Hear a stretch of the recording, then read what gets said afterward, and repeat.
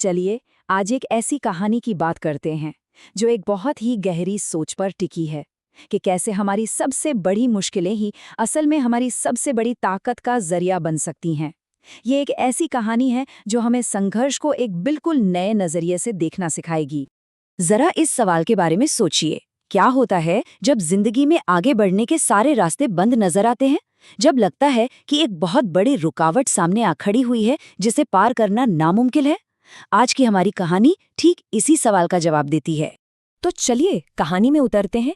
कल्पना कीजिए एक रेगिस्तान की, जहां जमीन में 3 बीज दबे हुए हैं। अब 2 के लिए तो रास्ता एकदम साफ था, लेकिन एक के किस्मत में एक बहुत बड़ी चुनौती लिखी थी। तो यहाँ एक ही जगह पर 2 अलग-अलग कहानियां चल रही थी। एक तरफ 2 बीज थे जो बड़ी आसानी से सूरज की रोशनी की तरफ बढ़ रहे थे, लेकिन दूसरी तरफ था वो तीसरा बीज जो एक विशाल पत्थर के नीचे बुरी तरफ फंसा हुआ था। उसके लिए ऊपर की दुनिया का रास्ता समझिए पूरी तरह से बंद था। उस बीज के लिए उम्मीद जैसे खत्म ही हो चुकी थी। बाकी दोनों बीज उसका मजाक उड़ाते। वो कहते, अब तुम कभी पेड़ नहीं बन पाओगे, ये पत्थर इतना बड़ा है कि इसे कोई नहीं हटा सकता, बेहतर है बस हार मान लो। उस बीज को भी अब लगने लगा था कि वो कभी जमीन के ऊपर की दुनिया देख ही नहीं पाएगा। लेकिन यहीं से कहानी एक बिल्कुल नया मोड़ लेती है। जब ऊपर जाने का रास्ता बंद हो तो क्या कोई और रास्ता हो सकता है? उस बीज को एक ऐसी सलाह मिली जिसने सब कुछ बदल कर रख दिया।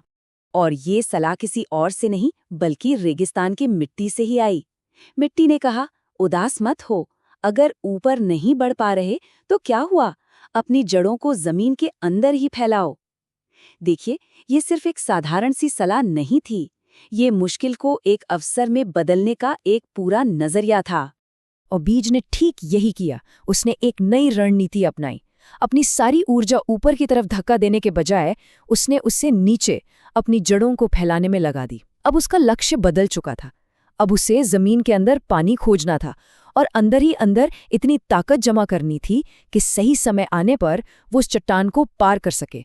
चलिए अब देखते हैं कि जमीन के नीचे की ये खामोश मेहनत कैसे एक शानदार जीत में बदल गई। बीज ने हार नहीं मानी थी। वो लगातार अपनी जड़ों को फैलाता रहा और फिर एक दिन उसकी मेहनत रंग लाई। उसकी जड़ें जमीन में बहुत नीचे पानी के एक स्रोत तक पहुंच गईं। अब उसके पास सिर्फ उम्मीद नहीं थी बल्कि 2 गुनी ऊर्जा थी और बेहद मजबूत जड़ें थीं। उस नई ताकत के साथ बीज ने एक और कोशिश की, लेकिन इस बार वो पत्थर से सीधा नहीं टकराया। उसने अपनी मजबूत जड़ों के सहारे पत्थर के बगल से ही अपना रास्ता बना लिया और फिर वो जमीन से बाहर निकल आया। और क्योंकि उसकी जड़ें पानी तक पहले ही पहुंच चुकी थी, वो कुछ ही दिनों में एक विशाल और मजबूत पेड़ बन गया। वो पेड़ अब कामयाब तो हो चुका था, लेकिन उसकी असली ताकत की परीक्षा अभी बाकी थी।